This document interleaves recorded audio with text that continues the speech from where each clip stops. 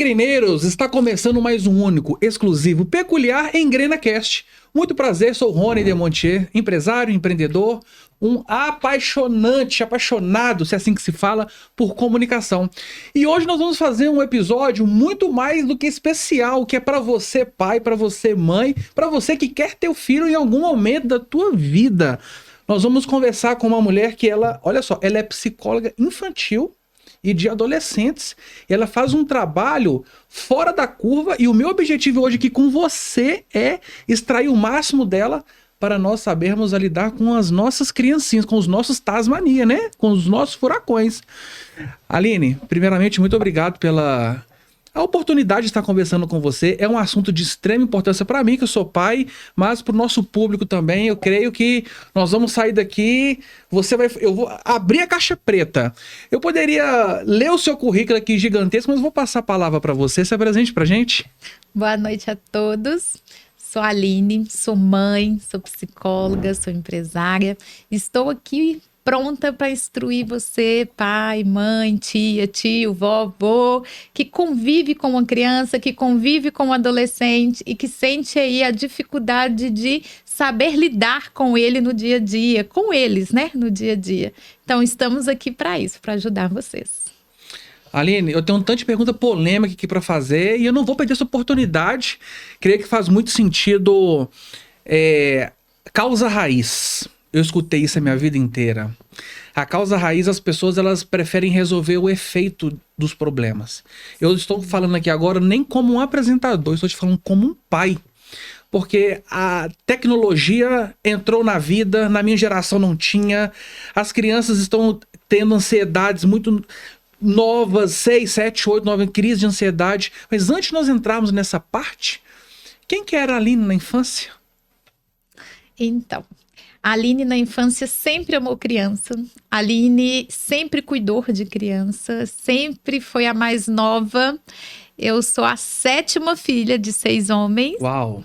Filha de militar, então por aí você já viu que realmente, né, a Aline ali nasceu numa família onde a estrutura familiar, pai e mãe, era a família tradicional, né? Meu pai muito autoritário, minha mãe do lar para cuidar de tantas crianças. E surgiu aí em mim um desejo pela infância muito nova, porque eu tive sobrinhos muito novos, né? Uhum. Então, assim, eu com 10 anos eu brincava de casinha com um bebê de verdade, né? Então, de fato, para mim a infância é algo muito amável. Eu amo criança. E logo com 13 anos eu iniciei aí numa religião em que eu fui voltada para o social da área infância. Então, eu comecei a trabalhar com evangelização de crianças e adolescentes, sendo uma criança. Que legal! E nesse movimento me despertou a essência de amar, de cuidar e de zelar pelas crianças. Então, nós começamos a trabalhar com as ações sociais voltado para criança e adolescente de rua, menores infratores. Então, eu amava, era um trabalho missionário, em que eu amava ajudar, cuidar, zelar. E isso foi cada vez mais aumentando, sabe? E naquele momento eu sempre falei, gente, eu quero trabalhar na área da infância. Então pensei em pedagogia, pensei em ser professora, porque quando se fala de criança, pensa em pedagogia. Exatamente. Não que eu não sou pedagoga. Sim, sou pedagoga, minha 2ª formação. Mas a psicologia veio aí para ampliar o meu leque, porque, de fato, eu sempre fui uma ótima amiga, uma boa ouvinte. Então, todos, assim, admiravam essa qualidade minha, essa tranquilidade. Sempre uma pessoa muito serena, muito calma. Então, a psicologia e a pedagogia juntaram e fizeram eu estar aqui hoje, nesse universo infantil. Aline, conta pra gente, assim, preto no branco mesmo, qual que é a maior diferença que você vê hoje, que você participou da sua infância, da infância das crianças de hoje, que se perdeu? O que se perdeu de uma geração para outra relacionada à infância? A geração de hoje é a geração do divórcio, né? A geração de hoje é a geração das telas. Quando eu falo-se de telas, eu falo de tablet, de celular e de televisão também, né? Que as séries, né? Hoje prende-se muitos adolescentes. Uhum. E na nossa infância, nós éramos livres, Exatamente. né? Mas eu percebo que, por exemplo, a minha mãe, que veio de uma família de 7 filhos, cuidar de 7 era muito desafio. Então, as crianças iam pra rua. Eram criadas soltas, porque pai e mãe não controlavam o tempo todo. Hoje modificou, pai e mãe controla tudo. E, consequentemente, por não dar conta, reduziu-se o número de filhos. Então, hoje eu tenho 7 irmãos, meu filho só tem 1. Né? E com isso, os pais tiveram mais tempo de estar próximo dos filhos. Mas eu vejo que esse estar próximo, infelizmente, às vezes não é bom. Porque a criança ela não tem autonomia, ela não tem liberdade, ela se sente sufocada, ela se sente presa. E aí, consequentemente, essa criança também vai uma hora jogar isso tudo para fora. E não está sabendo jogar para fora porque as telas estão contaminando, né? Eu estou falando de forma contagiosa pelo fato de ser positivo em uns momentos que eu vou falar aqui. Que momento que as telas são, sim, algo bom e que momento que são ruins. E segundo, a geração do divórcio, né? Que os pais hoje, infelizmente, as crianças se envolvem nesse conflito e participam de todo o processo. Exatamente. Não vamos esconder isso, né? Não. Hoje é o momento de abrir a caixa preta mesmo. Eu te falo que eu também tenho muitos comportamentos que quando você tem um filho, não tem um manual de instrução. Meu filho fez birra, página 12. Não existe, é muito por vivência, mas existe direcionamentos. Sim. Eu acredito muito nisso. E criança, principalmente, ela se comunica ainda muito com sons. Olha só que interessante. Eu estudei muito sobre sinapses neurais. O que forma uma crença da pessoa. Sou apaixonado por essa área. E eu apliquei muitas técnicas no meu filho para ver se realmente faz sentido. E é incrível várias maneiras que uma criança se comunica sem ser palavras.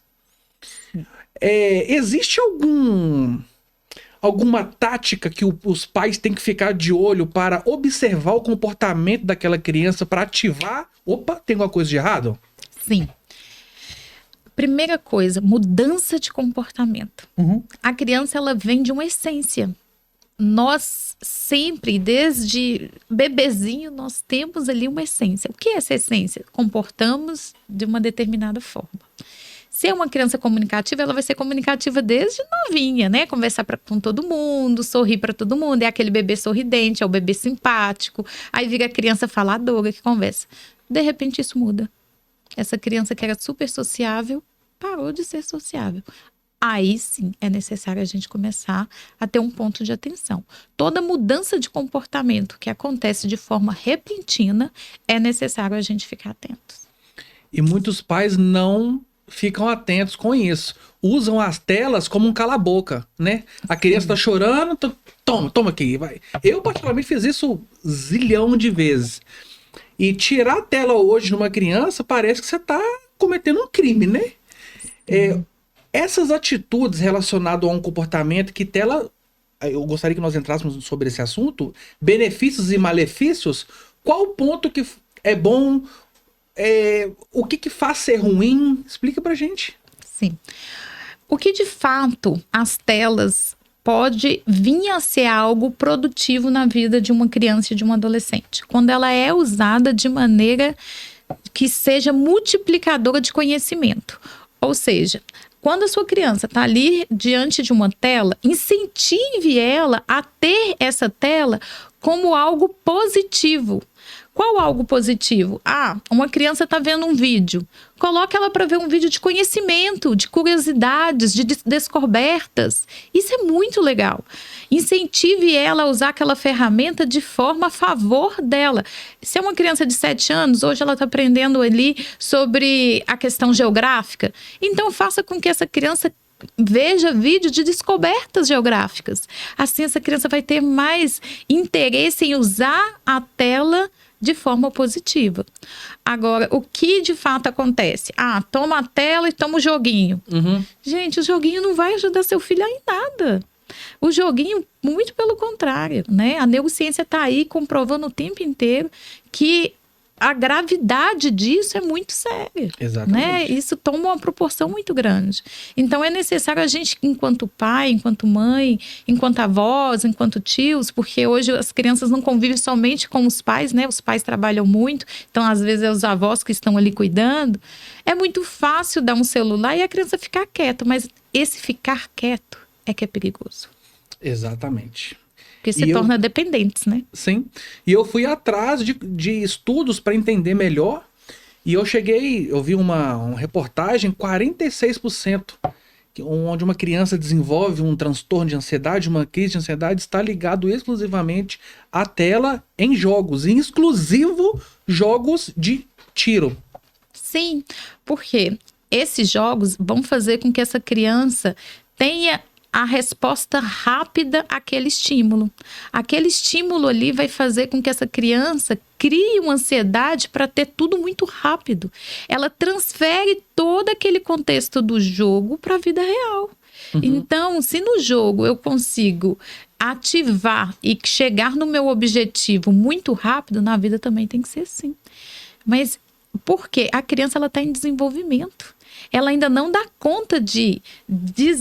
Eu falo que nem é desenrolar. Eu acho que ela não dá nem conta ali naquele movimento de desvincular a tela da realidade. É o adulto que tem esse papel. Por quê? É o adulto que já está formado neurologicamente para assumir essa decisão. E falando em adulto, que é o papel principal de orientação, engraçado, é uma pergunta bem peculiar mesmo. Por você ser mãe, psicóloga de criança e trabalhar com filhos das outras pessoas, você em algum momento faz algum tipo de comparação? Por exemplo, quando você vai conversar com uma criança assim, gente, eu nunca passei por isso e essa criança está passando por isso. Como que é para você ter essa inteligência emocional equilibrada para transmitir conhecimento? Teve uma situação que me marcou muito. Uma mãe chegou para mim e falou assim: eu vim trazer meu filho para terapia porque ele tá assim, assim, assim. E aí eu falei: mas eu sei que você é mãe e tem um filho da idade do meu. Então por isso que eu me identifiquei com você e vim ao tratamento. Mas eu acho uma injustiça. Aí eu falei: uma injustiça? Por quê? Porque você é psicóloga e seu filho é perfeito, eu sou a professora dele. Gente, uau! Eu fiquei assim, isso me marcou tanto, porque foi logo no início do ano, a gente ainda não estava conhecendo os professores. E eu falei, gente, como assim? Falei, não, porque psicóloga tinha que ter aqueles filhos que dá trabalho mesmo, porque ela já sabe lidar.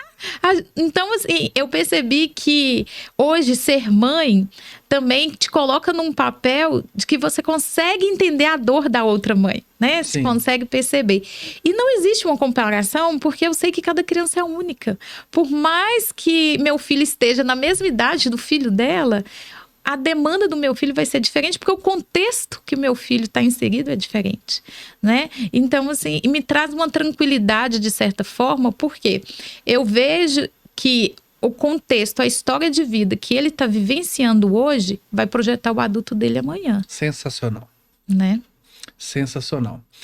Vou entrar no assunto polêmico aqui, viu? Que aqui no Engrena é o seguinte, se não tiver polêmica, a gente nem conversa, viu? Aline, eu fui uma criança ligada no 220. Eu dei muito trabalho para os meus pais. Na minha infância e na minha adolescência. Mas o meu trabalho era o seguinte, saía de casa, eu gostava muito de futebol. Então eu saía 7 horas da manhã e passava o dia inteiro na rua, jogando bola nos campos. Saía dos bairros, não avisava os meus pais, eles saíam na rua para me procurar. Mas pensa numa criança que apanhou.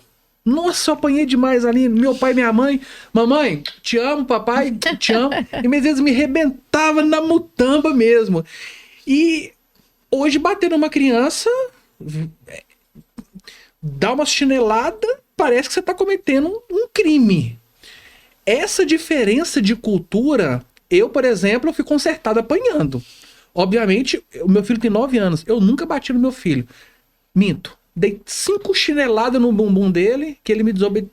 Assim, foi a única vez. Aí doeu o coração, eu segurei, dei uma assim, né, de pai firme, que foi chinelada bem firme mesmo. Como que você enxerga hoje isso? Realmente o melhor caminho é conversar com uma criança ou é às vezes mesmo pegar a rédea e mostrar ela de uma outra maneira? Como que você trabalha isso? Bom, você falou duas coisas importantíssimas aí. A sua infância. A sua infância é totalmente diferente da nossa infância. Por quê? Os seus pais não tinham o mesmo acesso que nós temos, as mesmas informações que nós temos. Então, a única maneira que seus pais tinham para educar você era o que eles aprenderam. O que eles aprenderam foram através da agressividade, do bater. Hoje, por que se fala contra bater em criança? Porque nós temos milhões de recursos antes de agredir uma criança. Porque a agressão, de fato, gera trauma. Já está comprovado e é algo que não é só comprovado, é algo vivenciado.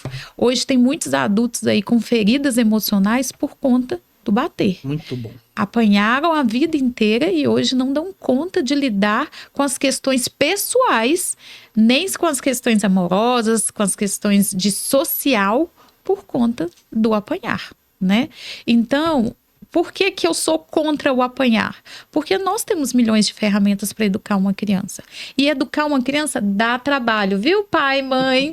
Educar uma criança não é fácil, nós sabemos, mas temos aí técnicas e meios para fazer com que isso aconteça de forma saudável. O mais importante é a gente não trazer nenhum trauma para essa criança, para que ela consiga ter uma vida adulta saudável, né? Mentalmente saudável. Então, quais são esses meios, Aline? Hoje, tem o diálogo? Tem, mas tem criança que não resolve só no diálogo, não. Vamos falar a verdade. Tem criança que você fala 1, 2, 5 vezes. Gente, é a mesma coisa de não estar falando com ninguém. Né? É a mesma coisa de estar entrando aqui e saindo aqui. A criança, ela não obedece. Mas por que ela não obedece? Porque não foi inserido ali para ela uma figura de autoridade. Pai e mãe é autoridade. E essa autoridade, ela não pode ser transferida para a escola. Ela não pode ser transferida para babá, que fica com a criança. Ela não pode ser transferida para ninguém. Pai e mãe não pode achar que ceder hoje vai fazer com que a criança se torne um adolescente ou um adulto melhor. O ceder não faz com que essa criança vai obedecer você facilmente. Muito pelo contrário, essa criança, ela precisa de limite. Esse adolescente precisa de limite. O limite é que vai fazer a conexão com o amor. Eu só amo quando eu tenho limite. Porque quando eu passo do limite do outro, o limite do outro, ele vai me mostrar que eu perdi o outro. Se você passar do limite em qualquer situação, você perdeu seu direito, você perdeu tudo aquilo que você construiu a vida toda. Então, se a gente não ensinar aos nossos filhos o limite na infância, na fase adulta vai ser muito difícil. Então, não só o diálogo hoje é o melhor caminho. Nós temos que criar vários outros caminhos e conexão até essa criança. Quais são esses outros caminhos? É entender a personalidade do meu filho. Cada filho é único. Hoje a gente fala-se de temperamento. Hoje a gente fala de linguagem de amor. Qual que é a linguagem de amor do meu filho?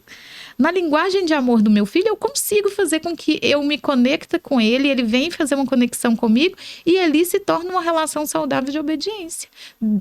Sendo eu a figura de autoridade. O que eu não posso perder é a figura de autoridade. Eu falo, mãe e pai tem que ser chato, sim. Seu filho não tem que te amar. Seu filho não tem que te ver como amigo, o legalzinho. E sim como uma figura de respeito. Sensacional. Aline, aquela pessoa que não tem filho e quer palpitar, conta pra gente que isso assim, gente do céu, eu saí da casa dos meus pais tem muitos anos. E como eu pego meu filho em dias alternados, às vezes os meus pais vão lá, pegam meu filho e para passar lá com eles, né? Tem o famoso grupinho que não tem filho, mas quer dar palpite como criar. O que dica que você dá, como se blindar disso? Porque eu sou assim, você quer falar de filho? Você tem filho? Então tem que fazer sentido, né? Então como que você vê isso, as pessoas que não têm filho, quer dar palpite para ensinar as pessoas a criarem os filhos? Sabe por que essas pessoas existem? Porque essas pessoas, às vezes, elas fantasiam uma realidade que não existe. Sensacional. A fantasia que não existe é o filho perfeito. Então, eles entendem que, usando aqueles conselhos, vão ser filhos perfeitos, que é uma forminha de bolo. Mas no dia a dia isso não existe. Essas pessoas, a primeira coisa que você tem que aprender a se posicionar na maneira de que quem eu sou enquanto pai. Qual que é o meu objetivo enquanto pai para o meu filho? E se fortalecer disso. Eu amo meu filho e eu quero o bem dele. O que os outros estão falando não importa. Porque o que o outro fala, não fala o que eu sou. É ele que está falando. O que eu sou é quem eu me conheço. Quem eu sou de verdade. Então, se eu tenho meu autoconhecimento e sei o pai que eu sou para ele, independente dos conselhos, você abstrai aqueles conselhos. Porque aqueles conselhos é para filho perfeito e o seu não é. Porque quem não tem filho, tem o filho perfeito fantasiado. Muito bom. Sensacional. Tá preparada para uma pergunta polêmica? Sim. Essa aqui vale milhões, tá? Ótimo. É polêmica, essa daqui sim, é lá na raiz. Ótimo. Comecei meu podcast falando com você, causa raiz. Aline, sim demais estraga uma criança? Muito, muito, muito. Com certeza. O sim não só estraga, como o sim afeta neurologicamente seu filho. Uau. Sensacional. Me dê um exemplo de como que isso pode prejudicar. Eu, por exemplo, te dando a minha experiência, eu sou um pai de mais sim do que não. Porque eu não fico com meu filho. Eu pego ele de 15 em 15 dias, alguns dias durante a semana. Então, o meu momento com ele, assim, eu me torno uma criança, sabe? Eu falo assim, gente do céu, é assim demais. Mas agora eu tô aprendendo a falar não, sabe? Não tem vergonha nenhuma de falar isso. Mas eu estou percebendo que quando eu falo não, o comportamento muda. O olho já enche de água, assim, é só um não, sabe? Que dica que você me daria, até para os nossos ouvintes também, a como dosar isso? O sim, ele é permissivo. Tudo que você fala para a criança sim, ela entende que ela é permissiva aquilo. Uhum. E aí ela não se frustra.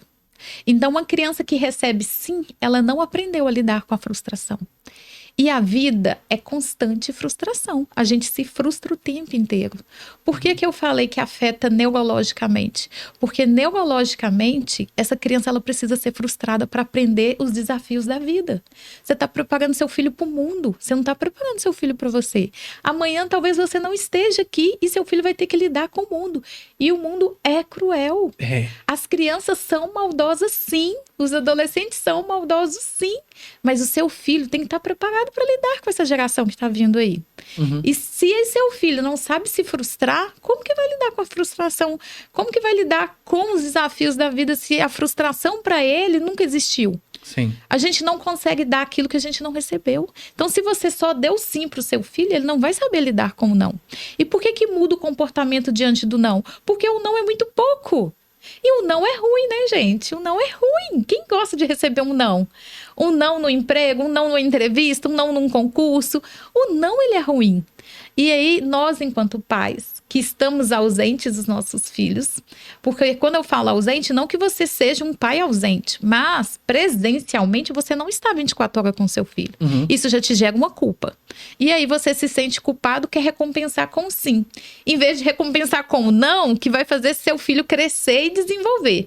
Você quer recompensar com sim. Seu filho vai entender que a vida tá devendo ele. Aí vai ser filho ingrato, porque todo mundo é ruim, só ele que é a vítima. Vai ser uma criança mais ingrata ainda. E uma criança que vai se vitimar o tempo inteiro. Por quê?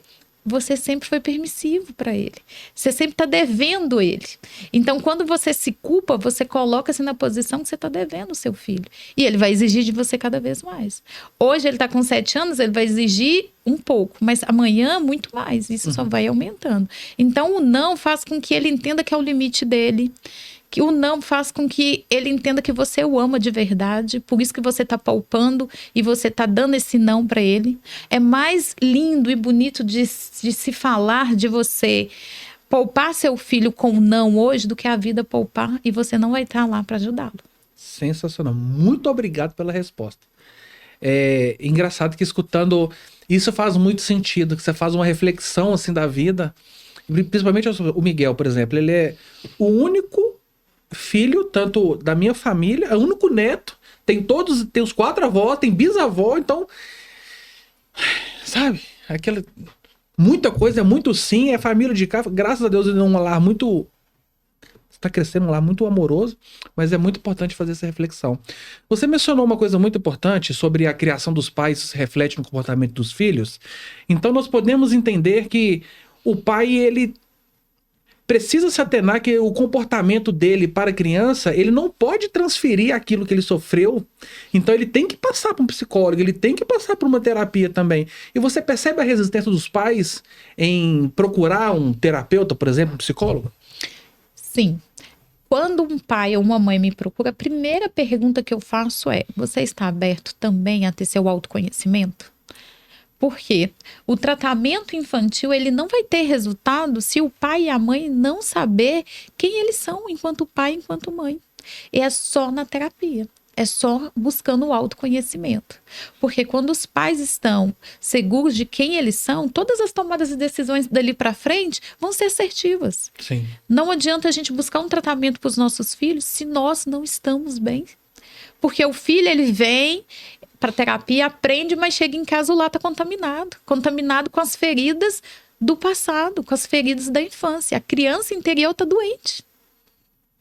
E as pessoas, elas deixam chegar num caso extremo para procurar um profissional, né, Aline? Sim. Eu acho que até saúde também é assim. Deixa acontecer alguma coisa para ir procurar. A prevenção é melhor do que a correção. Sim. Como trabalhar isto dentro de uma família? Então, a prevenção é o caminho mais seguro para a gente ter um futuro de sucesso para os nossos filhos. Eu vejo que os pais se preocupam com a melhor escola, independente do valor da escola.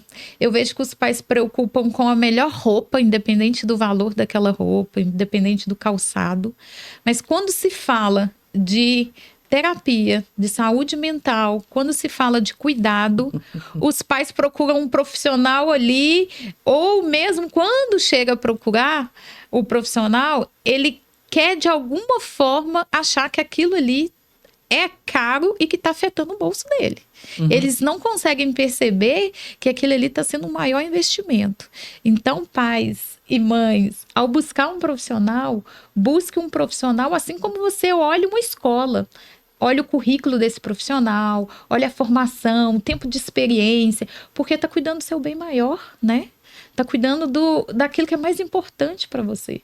Independente do valor. Não foque no valor. Foque em realmente perceber se aquele profissional vai atender a expectativa da sua realidade familiar. E outro ponto que você falou importante é qual que é o impacto disso tudo para a família, né? A família, ela tem que entender que o ganho de uma terapia está no ganho social. Todos ganham. Um membro da família doente, todos adoecem. Uhum. Um membro da família saudável, a família recebe os benefícios em dobro. Sim. Né? Então, é importante a gente se atentar para isso. Uma outra coisa muito importante, eu acredito que conhecer o profissional que vai ajudar a família faz uma diferença muito grande. Como tudo na vida, Aline, você tem que procurar um melhor profissional. Mas eu percebo que hoje é muito pelo valor. Sim. Que é um grande problema. Tem coisas que você não tem que fazer essa menção sobre valores. Como identificar um profissional bom que vai realmente resolver? Que para tapar buraco sempre vai existir, mas Rony, você tem que avaliar isso no profissional, porque nós não temos experiência para falar, não, esse é bom. Como que eu vou mensurar? É currículo? É experiência dele? É pós-graduação? É mestrado? É doutorado? Como avaliar, para dar essa chance? Então, Rony, eu vou falar algo que nós abrimos aqui. O boca a boca. O boca a boca é importantíssimo. Por quê? Eu vejo que quando eu recebo um paciente no consultório, a mãe fala, ele foi na terapia e não deu resultado. Então, de fato, você consegue perceber se aquele profissional está dando resultado para o seu filho ou não. Então, se é um profissional que é bem recomendado, se é um profissional que está ali bem atualizado, porque o currículo em si, ele é importantíssimo e eu acredito que é o primeiro passo, mas o boca a boca vai fazer com que você feche aquela chave e abre aquela porta para aquele profissional. Então, é sempre buscar referências daquele profissional. Então, você viu ali um profissional se divulgando. entre em contato com aquele profissional e busque o currículo, sim. E logo em seguida, acompanhe aquele profissional. Olha quem está recomendando aquele profissional. E busque informações ao redor daquele profissional. Né? Porque ali, aquelas pessoas que já tiveram contato com aquele profissional vão te dar informações que vão ser necessárias para você realmente falar, tá, esse profissional está de acordo com o que eu acredito. Segunda coisa que eu também acho que é relevante, busque um profissional que está de acordo com aquilo que você acredita. Muito bom. Não adianta eu ir num profissional que eu, enquanto mãe, não me identifico. Eu, enquanto pai, não me identifico. Porque ela vai trazer um contexto diferente da minha realidade. Sim. Então, busque profissionais que você consegue se identificar e se sentir bem ao deixar seu filho ali. Uhum. Muito importante. Conta pra gente um caso que marcou sua vida, um assim que, das dezenas, das centenas, mas aquele assim, compartilhe com a gente um que marcou sua vida. Esse caso foi até recente. Uma mãe chegou para mim e falou: Aline, eu estava lá com a fulana, ensinando ela para casa, e ela não queria fazer uma resistência para fazer o para casa. E aí eu falei: filha, mas você tem que estudar, porque para você ter uma profissão, para você ter um futuro melhor. Aí ela falou: eu não preciso de estudar para fazer a profissão que eu quero. Aí a mãe: sim, todo mundo precisa de estudar. Não, eu não preciso. Aí a mãe falou: então qual profissão? Ah, eu quero ser a Aline. Aí a mãe falou assim: por quê? A psicóloga? Mas por quê? Porque ela só brinca. Aí eu falei: meu currículo foi lá no chão, né, sogra? Aí ela falou assim: não, mas a Aline estudou. Uai, mas tem que estudar para aprender a brincar? Então, assim, porque ela, no contexto da criança, eu faço com que a criança ela se sinta ali acolhida e que, de fato, ela não esteja em tratamento. Eu não quero colocar aquela criança em sofrimento para que ela entenda: meu Deus, eu estou numa psicóloga porque eu tenho alguma coisa. Porque é aquilo que você falou da prevenção. Quando os pais procuram a terapia pelo momento ali da prevenção, é algo leve. É algo saudável. Aquela criança ela vai buscar o autoconhecimento dela, as forças internas dela, para lidar com os conflitos do dia a dia dela. Então, uma criança que se conhece bem, que sabe quem ela é, não vai importar com um bullying, não vai importar com uma falta de amigos, não vai importar ali com a exclusão de uma amizade, porque ela sabe, ela está segura quem ela é. Quando uma criança está segura quem ela não importa com os desafios do dia a dia. Né? E eu tento trazer isso com o máximo de leveza. Então, meu consultório ele é todo colorido, ele é cheio de brinquedo. E eu brinco, eu sento e brinco com a criança. E naquela brincadeira ali, eu vou entrando com técnicas, eu vou entrando com informações que vão plantando a sementinha para gerenciar tudo ali dentro da cabecinha dela, para ela de fato entender que aquilo ali foi útil para ela. E aí, dando sequência nisso, a mãe falou assim: não, a Aline estudou sim, ela é psicóloga, ela estudou. E aí ela falou: ah, então eu já sei, por isso que ela sempre me ensina sobre sentimentos e emoções. Olha só. Olha que bacana. Então ela falou com uma propriedade tão grande, é por isso que ela me ensina sempre sobre sentimentos e emoções. Que legal. Então ela já sabe que um psicólogo vai ajudar nos sentimentos e nas emoções. Muito bom.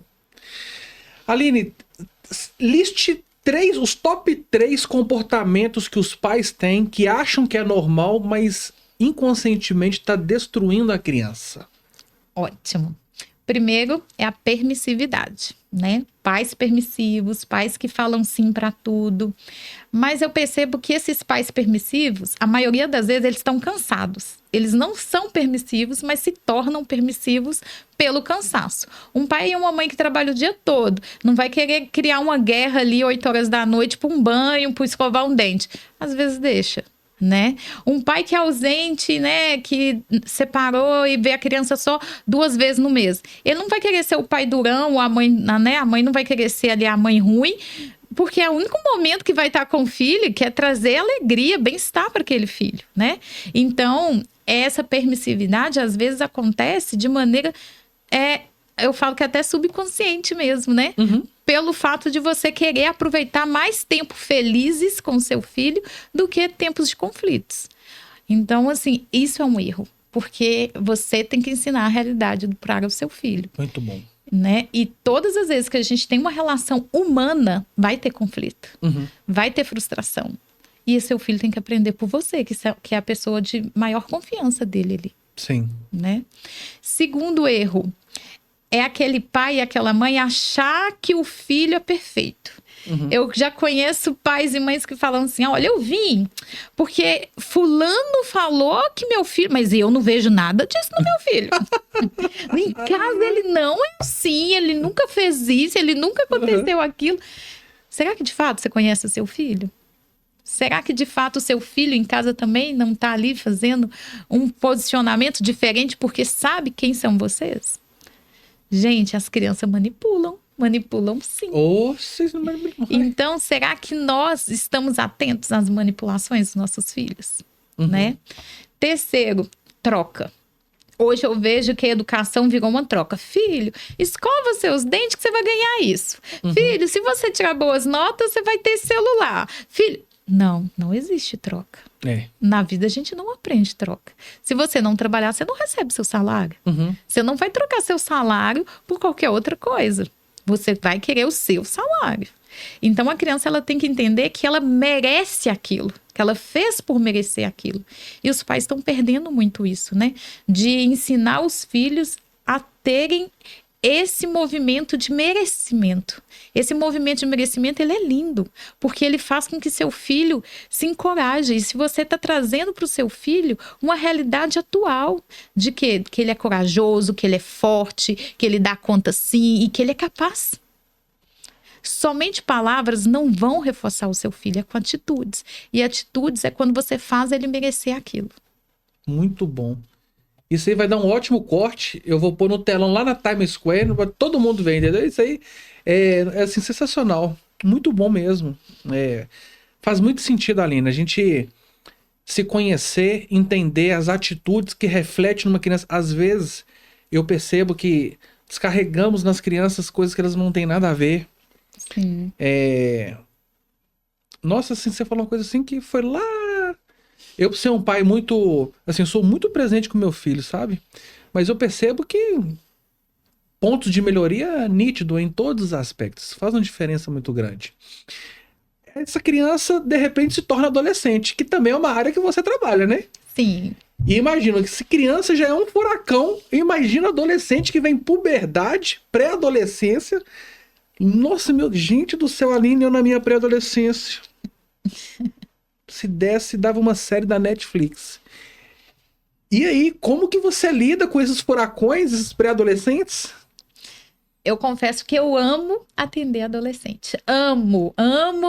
O adolescente, para mim, ele é incrível. Porque o adolescente, ele tá com toda a energia. Ele tem uma criatividade fora do comum. O adolescente, ele bem incentivado, ele é um excelente empreendedor. O adolescente bem incentivado, ele vai se tornar um homem de caráter, assim, fora da curva. Porque hoje a tecnologia traz muitas informações. Hoje a tecnologia traz ideias criativas que faz com que nós, que na nossa época não vamos conseguir chegar nem no terço que eles dão conta de chegarem. Sim. Mas bem incentivados. E como é isso? Eu percebo que tem duas linhas aí.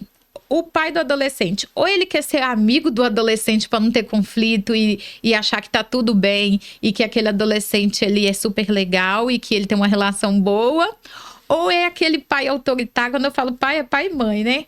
Ou é aquela família ali autoritária que põe regra e aquele adolescente quer ser o adolescente rebelde.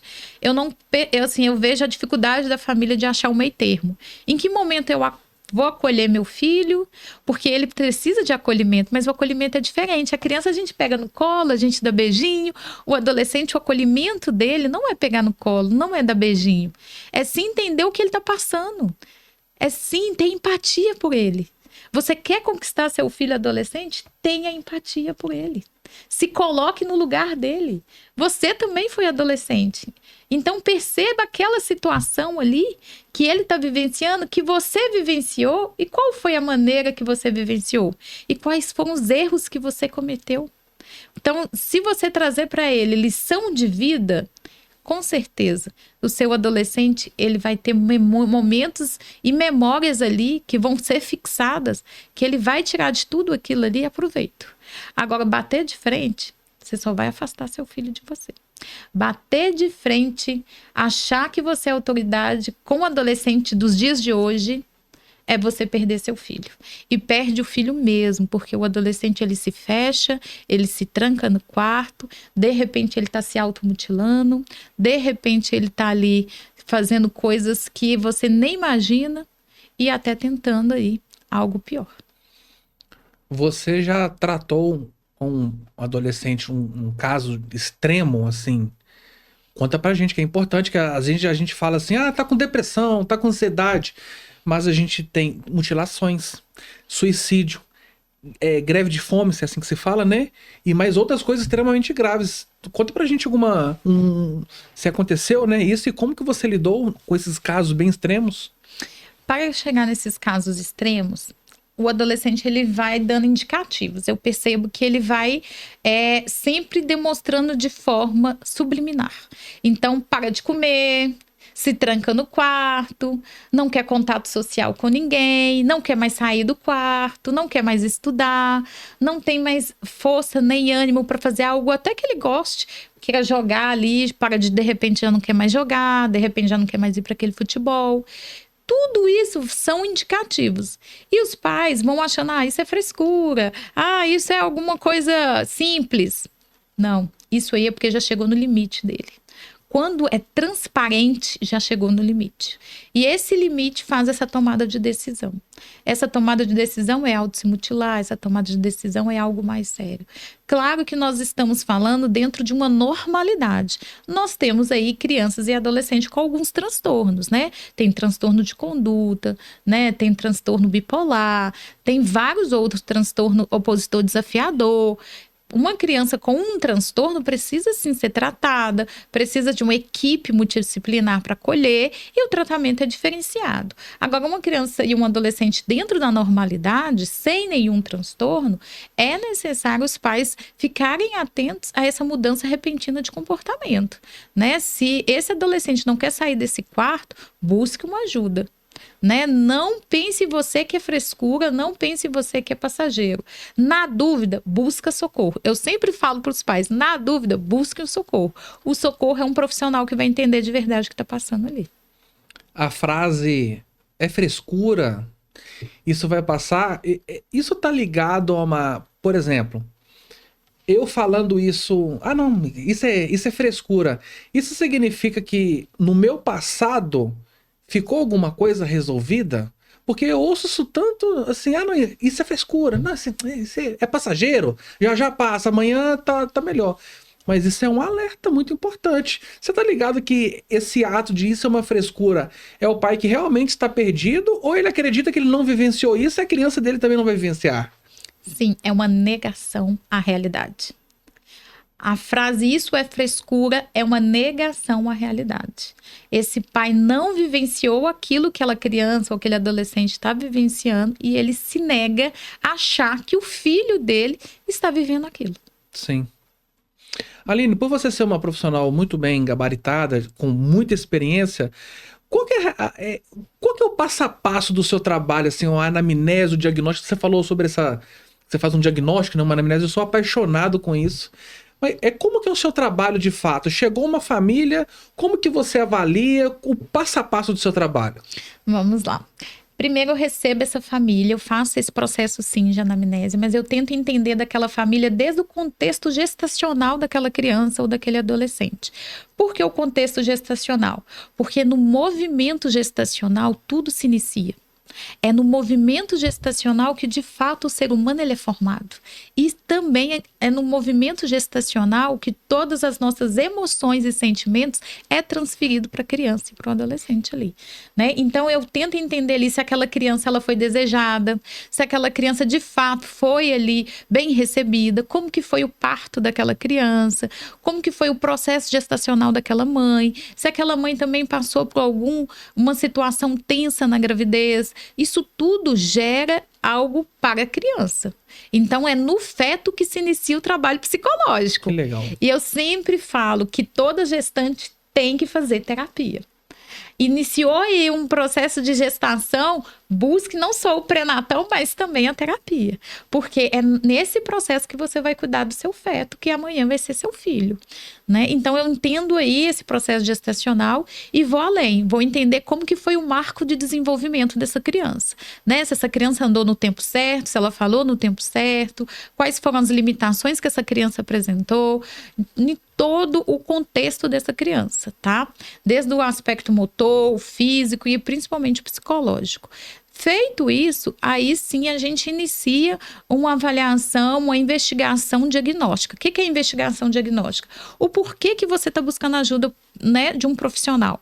Porque eu vejo que os pais chegam para mim e falam assim: Aline, meu filho tem isso. Já chega com o rótulo, né? Uhum. Já chega com o diagnóstico pronto. Sim. Meu filho tem isso. E aí eu vou avaliar a criança. Gente, a criança não tem nada daquilo que o pai falou, né? Tem pai que chega para mim: meu filho tá com depressão. Quando eu vou avaliar a criança ou adolescente, ele tá com crise de ansiedade. É diferente, né? Então, assim, aí entender: meu filho tem um TDAH. Não, é porque seu filho está ansioso, isso não é TDAH. Então, eles começam a avaliar o comportamento, buscam o diagnóstico nas redes sociais, aí esse diagnóstico vem, o pai já pega aquilo e já toma como para si, o pai e a mãe, e já chega no consultório com aquele diagnóstico. Meu filho tem. E quando eu vou avaliar, de fato, o filho não tem. Às vezes tem, mas às vezes não tem. A maioria das vezes não tem. Então, o que eu faço? Essa primeira entrevista é com a família. É onde eu vou conhecer o contexto dessa família, onde eu vou conhecer a rotina dessa família. Por quê? Essa primeira entrevista é o momento em que eu vou avaliar se aquela criança, de fato, precisa de um terapeuta. Sim. Porque, às vezes, não é a criança que precisa de um terapeuta. Às vezes, é os pais. Né? A maioria das vezes são os pais e não a criança. E eles não conseguem perceber isso. Né? Então é naquele movimento ali que, se eu modificar e faço, então às vezes eu inicio o processo com orientação de pais e não necessariamente inicio o processo com a terapia infantil. Sim. Então eu inicio com orientação de pais, para que aqueles pais consigam, né, buscar ali uma melhoria por lá, pro lar em si, para que de fato aquela criança ela modifique aquilo que ela está apresentando. Feito isso, aí a gente sim inicia o processo de terapia, né? Que é o processo de psicoterapia da criança. A criança, ela vai uma vez na semana, tem criança que vai 2 vezes na semana, dependendo da situação. Já tem casos que vai de 15 em 15 dias. Depende muito do grau e da intensidade, da intenção dos pais também no tratamento.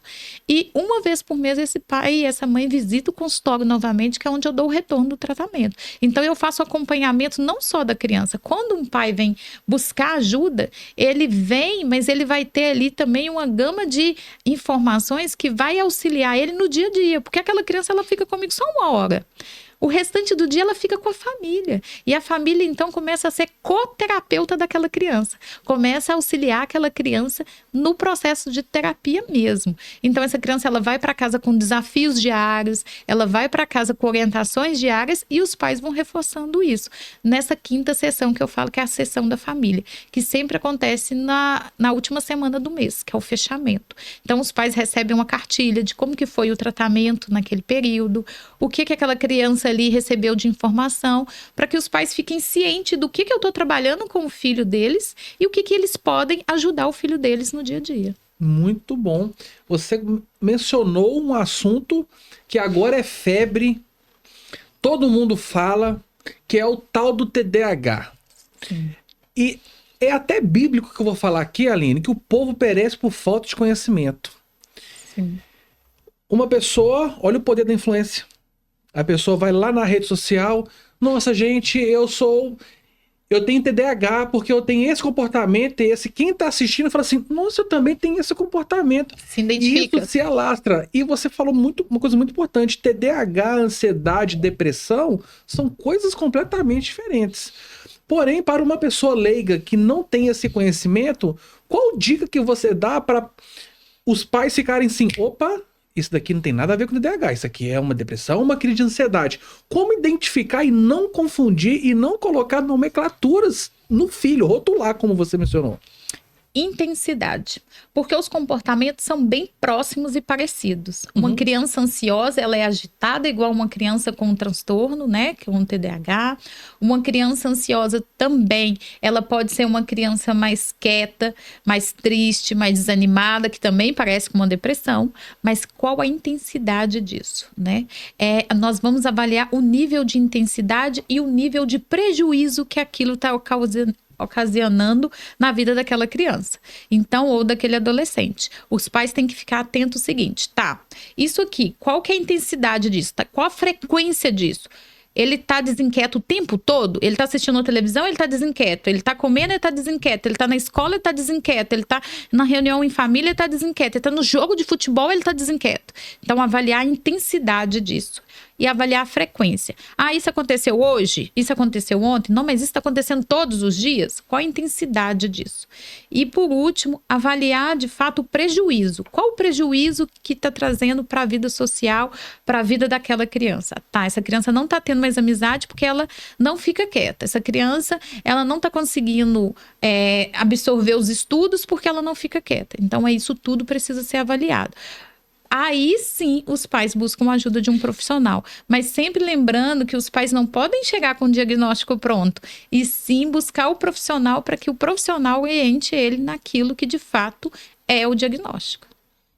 O famoso bordão, casa de ferreiro, espeto de pau. Como que você lida? Você tem um filho, né? Dois.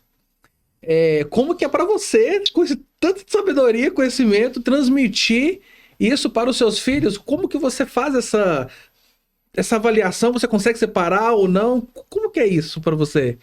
Então, essa pergunta é unânime, tá? Todos os pais chegam no consultório e me perguntam. E eu tenho um prazer de responder porque inicia primeiro pelo casamento, né? Eu tenho também um marido que é pai e que também é leigo e que também está aprendendo a ser pai. Não tem as informações que eu tenho, não tem o conhecimento que eu tenho, mas o que eu percebo é o respeito. Lá em casa, muito é o respeito. Você domina essa área, então eu deixo com você e você vai me auxiliar. Eu não domino, eu te respeito. Então, esse ditado não serve para minha casa, porque de fato, quando acontece alguma coisa específica, e até na família, tá? Acontece algo, não, primeiro vamos perguntar para a Aline. Se a Aline falar que se a Aline não falar que é, porque não é. Então, assim, quando no dia a dia acontece algo, meu marido fala, epa, peraí. Vamos perguntar à sua mãe aqui como é que foi isso? Ou senão, se ele faz algo que eu não estou e fala, eu acho que eu errei, porque eu fiz isso, eu fiz aquilo. E ali eu faço aquela orientação. E no dia a dia, eu, enquanto mãe, tenho emoção, né?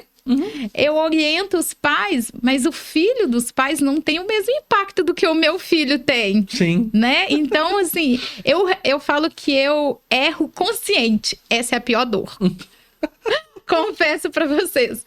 Porque a pior dor é a consciente. Porque vocês têm ainda, né, a liberdade de falar, eu não sabia, errei. Eu não, eu erro sabendo, né? Então, o que eu faço? Eu tento me policiar o tempo inteiro. Que legal. Eu acho que o melhor caminho é me policiar. Perfeita eu não sou. E eu sou mãe e não psicóloga dele. Isso que eu tenho que sempre lembrar, né? A psicóloga dele é dele e a Aline, mãe, sou eu. Então, ele tem que ter uma mãe e não uma psicóloga. E eu, enquanto mãe, tento me policiar para não cometer os erros que eu vejo que todas as mães ali cometem. Mas, infelizmente, não é sempre, né? Porque a emoção toma conta e, às vezes, a gente comete, sim, alguns erros. Muito legal. Sempre tem essa pergunta unânime, né? Sim. É bem legal. Eu sou muito ligado à economia, a finanças, à educação financeira. E sempre quando eu estou com meu filho, eu sempre ensino ele relacionado a economizar. Uma coisa que está se perdendo, as crianças não estão pegando dinheiro, é tudo muito Pix, essas coisas. E engraçado que eu vejo que eu aprendi que a tropa é o reflexo do comando. Mas eu percebo que o meu filho ele tem dois comportamentos, um com a mãe dele, e quando ele me encontra, ele se espelha ao máximo ao meu comportamento. Eu vou te dar um exemplo. A gente foi no shopping aí, e assim, raramente eu abri minha carteira, tinha uma nota. Aí eu falei assim, filho, vamos tomar um sorvete? Aí ele, vamos. Aí eu tirei a nota, vai lá comprar o sorvete. Aí quando eu tirei, o ato de tirar a nota, olha essa coisa simples. Eu dei pra ele a nota assim, ele pegou e falou assim, nossa, a nota é... Aí ele falou assim, não, papai, vamos economizar, vamos colocar no cofrinho. Aí eu falei assim, porque eu falo isso muito com ele. Filho, é essencial, você precisa disso agora. A referência dos pais também é muito importante, Aline. Eu percebo isso muito. Qual o ponto que isso atrapalha a referência por ter culturas diferentes dentro de casa? Na minha realidade, por exemplo, vamos pegar o meu exemplo. Tem uma mãe que tem uma cultura, tem uma criação e eu tenho uma outra. Isso atrapalha a criança fica confusa. Agora eu tô com meu pai, eu tenho que ser assim. Agora eu tô com minha mãe, eu tenho que ser assim. Isso atrapalha? Fala um pouco pra gente sobre isso. Sim, esse está sendo o maior desafio hoje das famílias, né? Porque dentro do contexto familiar, dentro da casa da mãe, tem as regras e dentro da casa do pai tem as regras. Sim. E a criança usa isso como uma válvula de escape. Eu já vi várias crianças falando, na casa da minha mãe eu posso isso, na casa do meu pai eu posso aquilo. Nossa, se minha mãe saber que na casa do meu pai eu posso isso, ela nunca ia deixar. Até questão simples de horário, por exemplo. Na casa da mãe dorme às 21 horas, né? Na casa do pai às 23, né? Ou ao contrário, na casa da mãe às 23, na casa do pai às 21. Então eu percebo que a criança ela vai de acordo com o jogo de interesse, o que é conveniente para ela. E ela começa a criar papéis. Então eu sou uma representação com você enquanto filho para te agradar e ser o filho que você quer que eu seja, e uma relação com a mãe para que eu seja um filho que aquela mãe quer que eu seja. E as crianças estão tão espertas que as crianças hoje falam comigo assim, isso eu nem posso falar perto da minha mãe, porque senão vai dar muita briga e você acha que minha mãe vai deixar eu ir para casa do meu pai? Eu não conto. Então nem conta. Então a mãe nem fica sabendo e o pai às vezes também nem fica sabendo, vice-versa. E eu começo a perceber que essa criança ela começa também a ter essa barganha, né? Começa a barganhar algo para o jogo de interesse. Isso é ruim, porque a criança ela não se identifica. Isso é um dos pontos que a terapia, na forma preventiva, vai ajudar seu filho e vai ajudar todos os filhos que estão com os pais divorciados. Porque eu sou a figura neutra naquela relação. Então, eu vou trazer para aquela criança quem ela é, e construir com ela, de fato, quem ela vai ser daqui para frente. Para que ela não crie representações. Para que ela não se vista cada lugar um papel. Porque lá na vida adulta vai cobrar dela a essência. Quem ela é de fato. E qual que vai ser a essência dela se ela criou papéis a vida inteira? Muito interessante. Existe um carro-chefe que você atende mais, que você percebeu que aumentou muito? Por exemplo, eu atendo muito criança com depressão, com ansiedade. Existe essa estatística? Sim. Na infância, hoje, é a relação de obediência. Pelo fato do divórcio, as crianças têm uma resistência à obediência, né? Uhum. E com os adolescentes, eu percebo que a autoestima. A autoestima do adolescente hoje é algo desafiador para ele e para as famílias, né? Porque o adolescente, por ele estar nas redes sociais o tempo todo, e as redes sociais criaram aí um padrão de beleza, né? Tem um padrão de beleza hoje. Uhum. Então, esses filtros maravilhosos, né? Que te deixa você assim, sem nenhuma ruga, sem nada. Uhum. Então, o adolescente começa a se ver naquele filtro. E na vida real aquilo não existe. Uhum. E quando ele se depara com aquilo, vem abaixo a autoestima. Então, eu vejo que a questão da autoestima do adolescente é um dos cargos-chefes hoje do consultório. E das crianças é a questão da obediência. Pelo fato dela viver em dois contextos diferentes, duas casas diferentes, duas famílias diferentes, com permissividades diferentes, ela não dá conta de obedecer comandos tão rápidos, igual seriam os dois falando a mesma língua. Uhum. Então, o que eu sempre oriento quando os pais estão separados? Se comunicarem e dar os mesmos comandos, para aquela criança saber que se na casa da mãe não pode, na casa do pai também não vai poder. Sensação. Se na casa do pai pode, na casa da mãe também pode. Então, para que ela não consiga ter essa barganha, entende? Entendo. E na sessão que eu faço da família, mesmo os pais separados, eles vêm. Uhum. Porque para mim é importante família. Independente se cada um tem a sua família com outras pessoas, eu trago. Inclusive, trago as outras pessoas também. Então, já teve sessão que eu fiz com padrasto, com madrasta, com vô, com vó, com madrinha. Porque é importante que todos que estão envolvidos com aquela criança e aquele adolescente estejam cientes do que estão fazendo para a melhoria do bem-estar daquela criança e daquele adolescente. Muito bom. Você tá com espaço físico, né? Sim. Conta pra gente, você falou que tá todo personalizado, conta pra gente essa tua ideia de colocar um espaço físico. Na pandemia, teve um período que você atendeu online. Sim. Então, eu sempre tive o meu espaço físico e eu sempre busquei um espaço que fosse acolhedor. Foi aquilo que eu falei logo inicialmente. Para mim, o mais importante é a criança entender que ela está sendo ouvida e acolhida. Sim. E não que ela esteja em tratamento. Então, o meu consultório, ele não parece nada com consultório realmente ali clínico, né? Ele é mais uma brinquedoteca e aí tem um espaço do adolescente que é um sofá maravilhoso com um monte de travesseiros. O adolescente se joga no sofá, deita ali e faz a terapia deitado, sentado.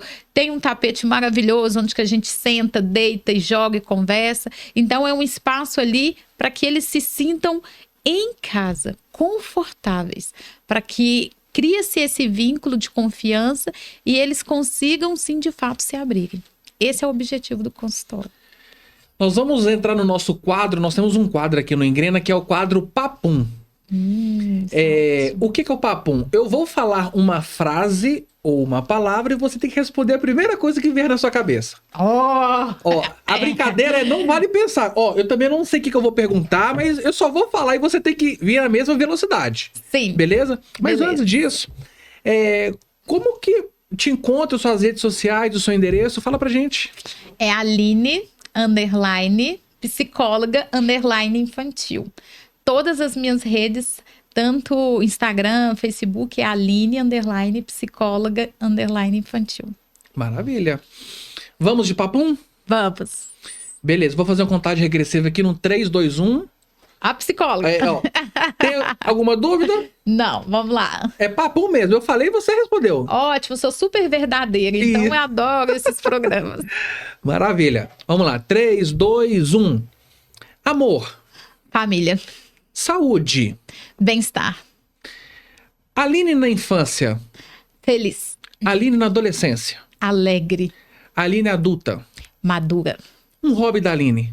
Viajar. Prato predileto. Vários. Doce. Um sonho da Aline. Viajar o mundo. Um arrependimento. Não ter tido oportunidades que eu tenho hoje na minha trajetória profissional que me fez motivar mais pessoas. Queria motivar muito mais gente. O que a Aline nunca faria? Mentir. O que a Aline faz todos os dias que é batata? Orar a Deus. Qual que é a raridade da Aline? O que a Aline tem que ninguém mais tem? Alegria.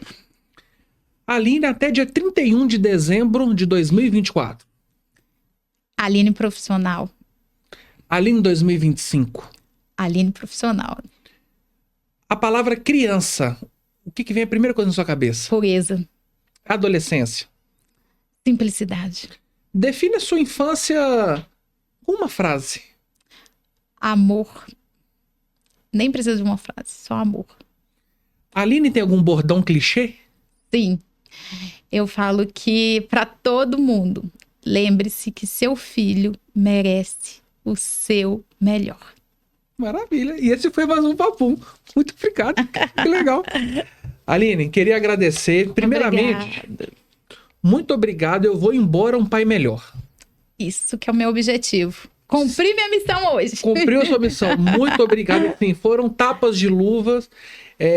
Eu sou um ser humano em desenvolvimento e eu amo sair da minha zona de pensamentos. Muito obrigado. Eu vou assistir, vou mandar para a mãe do meu filho. Eu tenho um relacionamento ótimo com ela. Graças a Deus, somos amigos e é muito importante ela ver. Eu tenho certeza que você abençoou as nossas vidas e das pessoas também. Muito obrigado pela essa riqueza de compartilhamentos. Vou indicar você para todo mundo. Conte com a gente. Vamos engrenar juntos. Vamos para frente, porque é para frente que se anda.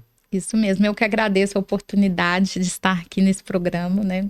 Para mim está sendo uma realização de um sonho, sempre quis participar e eu falo que, assim, quando nós estamos aqui com o coração aberto e verdadeiros, os frutos vêm, né? Então eu desejo todos os frutos do bem para você. Amém. Eu recebo. Gente, infelizmente, acabou. Tudo que é bom dura pouco, mas pode ter certeza que a gente pode até fazer um projetinho. Sim, estou à disposição. Ó, plantando sementinhas aqui, a minha cabeça já tá pensando em uma sequência Ótimo. de episódios. Pessoal, muito obrigado mais uma vez. Esse foi mais um Engrena Cash. Até o próximo.